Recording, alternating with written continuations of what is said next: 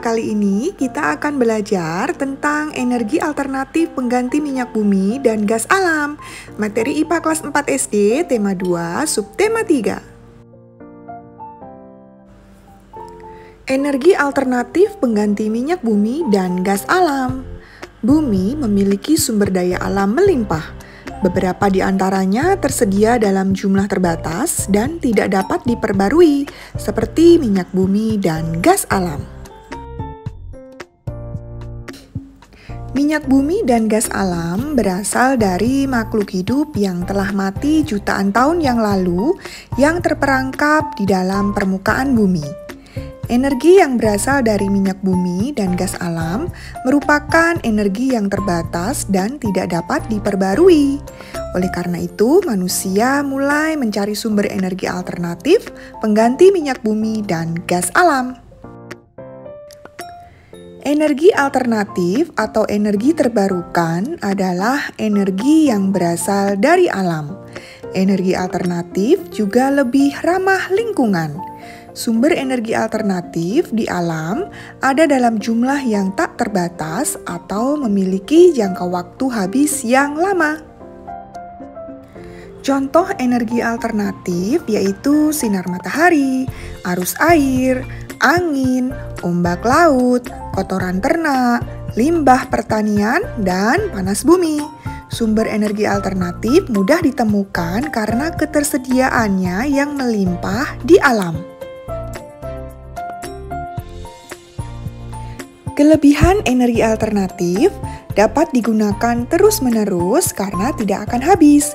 Beberapa sumber energi alternatif menghasilkan energi yang besar dan ramah lingkungan.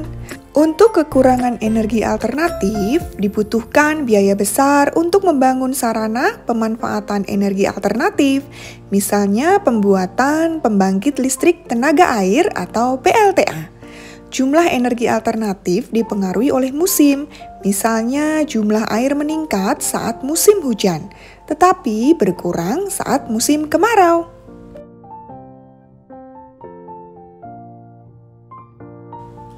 Sinar matahari merupakan salah satu sumber energi alternatif yang dimanfaatkan sebagai pengganti energi minyak bumi dan gas alam.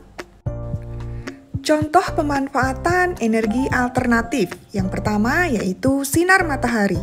Sinar matahari digunakan untuk pembangkit listrik tenaga surya atau PLTS. Yang kedua, arus air.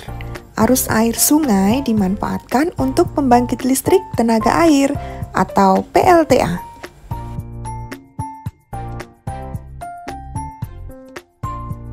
Yang ketiga, angin. Angin dapat memutar baling-baling pada kincir pembangkit listrik tenaga angin atau bayu yang kita sebut dengan PLTB. Yang keempat, kotoran hewan. Gas metana dari kotoran hewan ternak digunakan sebagai bahan bakar. Yang kelima, panas bumi. Panas bumi dimanfaatkan untuk pembangkit listrik tenaga panas bumi. Ini adalah contoh energi alternatif ramah lingkungan, yaitu dari kotoran ternak. Kotoran ternak mengalami tahap pembusukan untuk menghasilkan gas metana. Kemudian gas metana digunakan untuk pembakaran. Setelah itu, uap panas dari pembakaran digunakan untuk memutar turbin generator listrik. Itu adalah tahap-tahap energi listrik dihasilkan dari kotoran ternak. Energi alternatif ramah lingkungan. Tumbuhan juga dapat dimanfaatkan sebagai energi alternatif. Salah satunya adalah kentang. Kentang merupakan umbi batang yang dapat dimakan sekaligus menjadi energi alternatif. Kentang dapat menjadi energi alternatif pengganti baterai. Membuat baterai alami dari kentang. Kita harus siapkan umbi batang, lampu LED 1 buah, kabel, penjepit buaya, lempeng tembaga, dan lempeng seng. Untuk langkah kegiatannya, yang pertama, Bersihkan permukaan kentang dan tusukkan lempengan seng dan tembaga ke dalam umbi kentang dengan jarak kurang lebih 3 cm. Seng dan tembaga ditusukkan pada lokasi yang berbeda. Yang kedua, hubungkan kabel dan lampu ke masing-masing lempengan tersebut. Yang ketiga, jika lampu belum menyala, baliklah kabel atau tempat lempengan. Jika tetap tidak menyala, tambahkan kentang untuk meningkatkan daya listrik.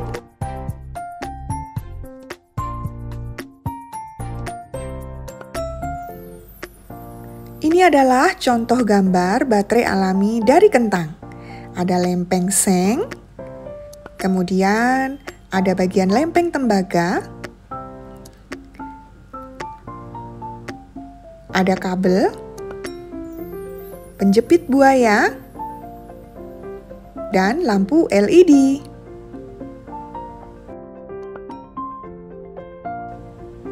Demikian penjelasan dari Ibu Guru. Terima kasih, selamat belajar, dan tetap semangat!